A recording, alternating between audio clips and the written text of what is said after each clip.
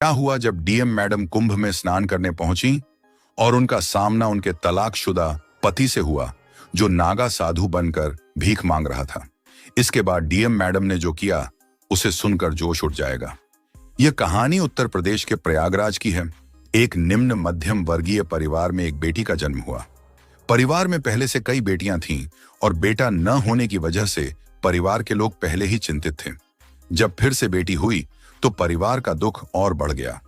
माँ बाप के चेहरे पर मायूसी साफ झलक रही थी। हालांकि बेटी को पढ़ाने और आगे बढ़ाने का निर्णय लिया गया। बेटी का नाम सुदीक्षा रखा गया।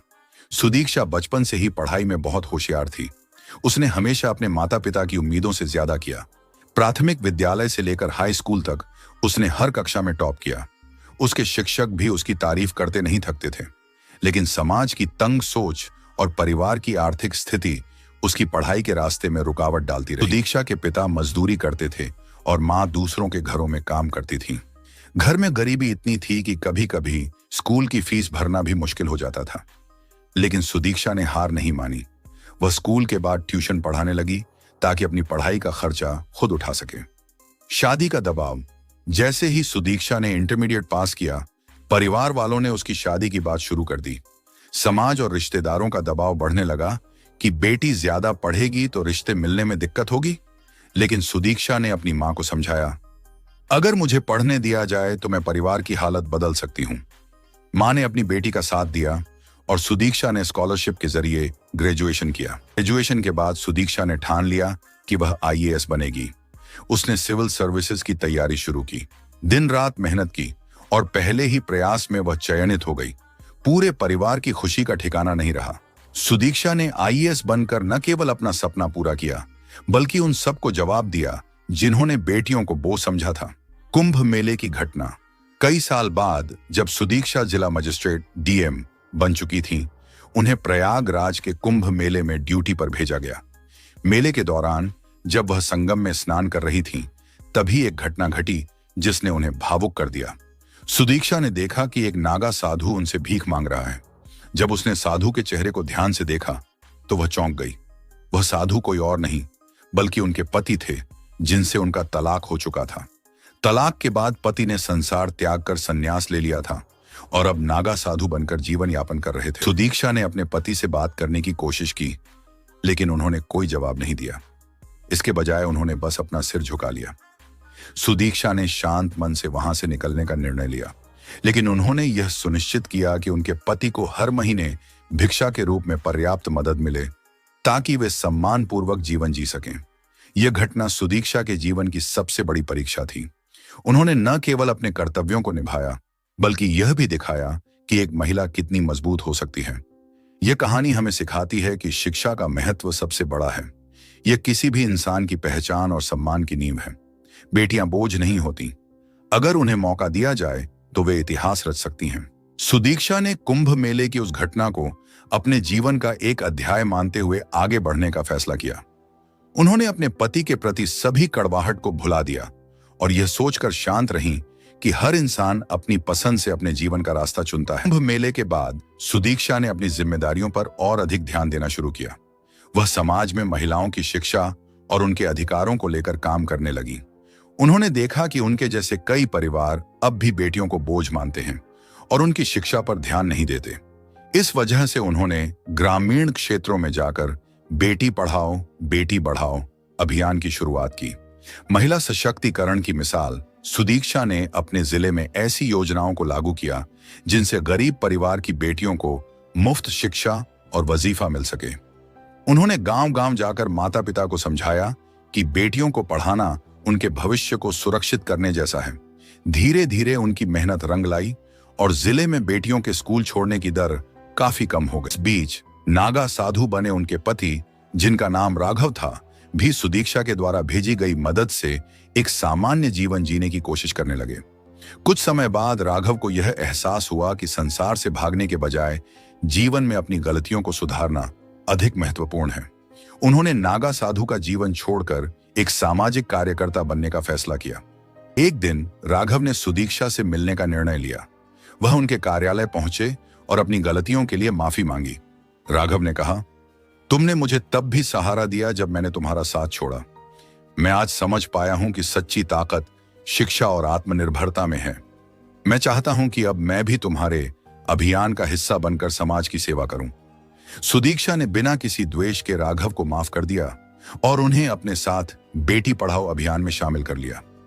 दोनों ने मिलकर एक नई शुरुआत की और समाज को एक बड़ा संदेश दिया कि बीता हुआ कल आपको परिभाषित नहीं करता, बल्कि आपके वर्तमान के फैसले ही आपकी असली पहचान है। सुदीक्षा और राघव का जीवन यह सिखाता है कि शिक्षा और सहानुभूति से न केवल अपने जीवन को बल्कि दूसरों के जीवन को भी बदला जा सकता है।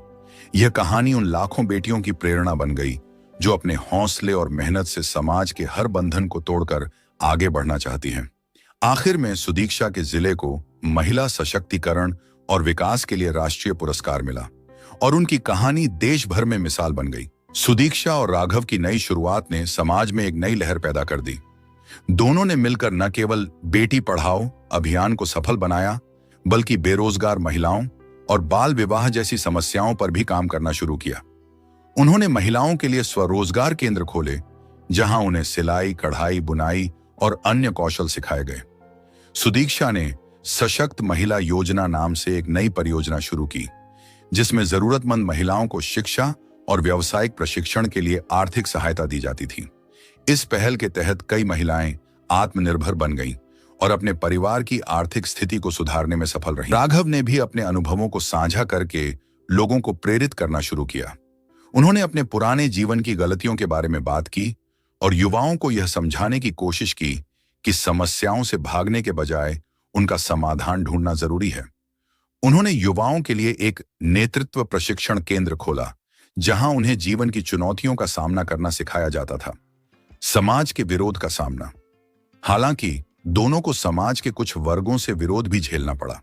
कई रूढ़िवादी सोच के लोग उनके अभियान और नई सोच को अपनाने के खिलाफ थे, लेकिन सुदीक्षा और राघव ने दृढ़ता से अपने कार्यों को जारी रखा। धीरे धीरे उनके प्रयासों की सफलता ने विरोधियों की सोच बदल दी और उन्होंने भी इस बदलाव का समर्थन करना शुरू कर दिया। सुदीक्षा और राघव के प्रयासों को राष्ट्रीय स्तर पर पहचान मिलने लगी। उन्हें विभिन्न पुरस्कारों और सम्मानों से नवाजा गया।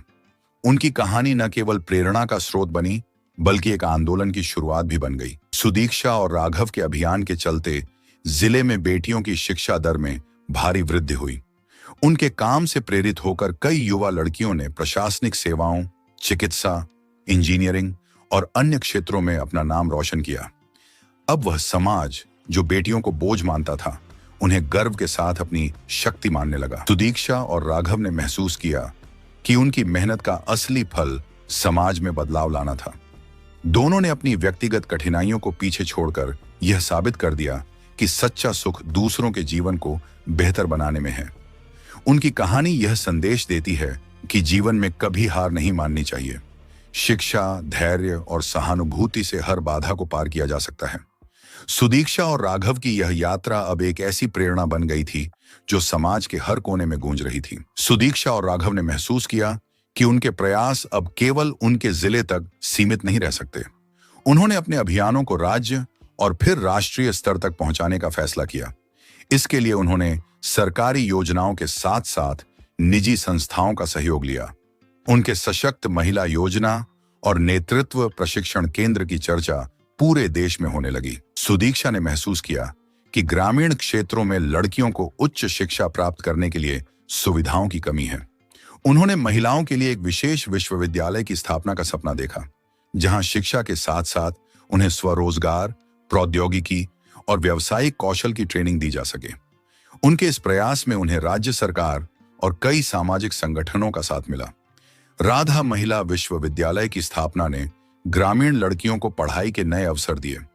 इस विश्वविद्यालय ने कई ऐसी लड़कियों को प्रेरित किया जिन्होंने बड़े सपने देखना छोड़ दिया था। युवाओं के लिए रोजगार योजनाएं। राघव ने युवाओं को रोजगार से जोड़ने के लिए नई योजनाएं शुरू की। उन्होंने युवा शक्ति मिशन नामक एक पहल शुरू की, जिसमें युवाओं को खेती, पर्यावरण संरक्षण और स्टार्टअप शुरू करने का प्रशिक्षण दिया गया।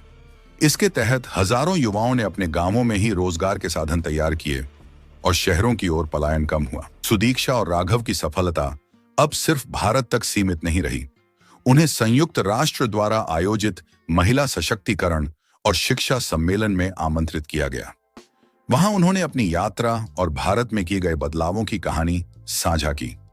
उनकी कहानी ने वैश्विक स्तर पर लोगों को प्रेरित किया। सुदीक्षा के माता पिता, जो कभी उनकी पढ़ाई को लेकर परेशान थे, अब गर्व से अपनी बेटी की उपलब्धियों की बात करते।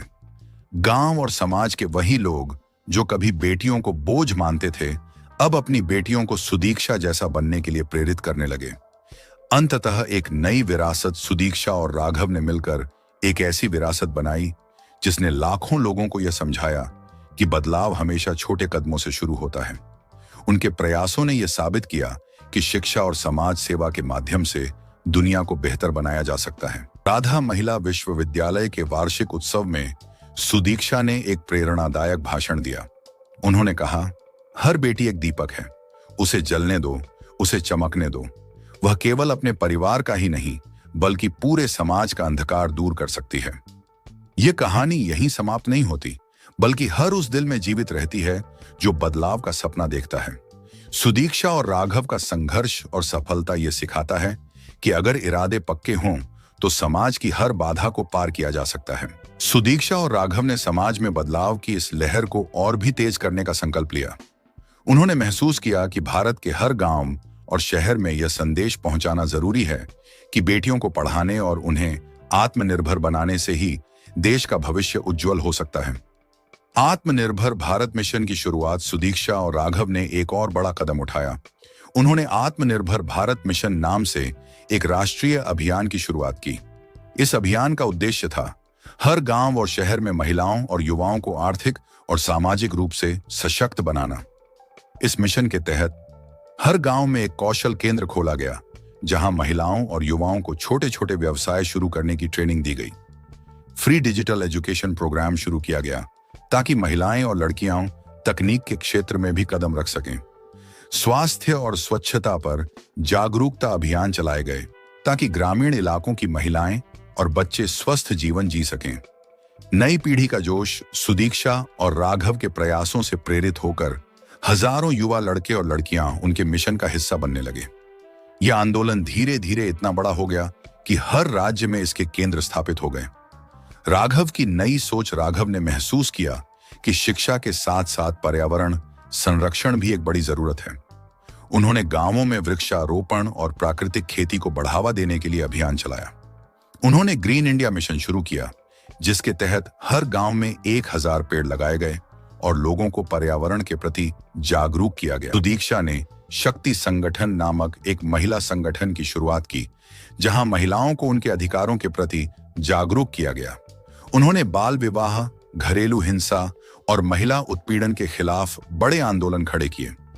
उनकी इस पहल ने लाखों महिलाओं को हिम्मत दी कि वे अपने अधिकारों के लिए खड़ी हो सकें। आत्मनिर्भर भारत मिशन के 5 साल पूरे होने के उपलक्ष्य में एक राष्ट्रीय कार्यक्रम आयोजित किया गया। वहां सुदीक्षा ने अपने आखिरी भाषण में कहा, बदलाव कोई बड़ी चीज नहीं है, ये छोटे छोटे कदमों से शुरू होता है। अगर हम हर दिन एक नया कदम उठाएं तो हम पूरे समाज को बदल सकते हैं। याद रखें, हर बेटी में एक शक्ति छिपी होती है, बस उसे पहचानने और मौका देने की जरूरत है।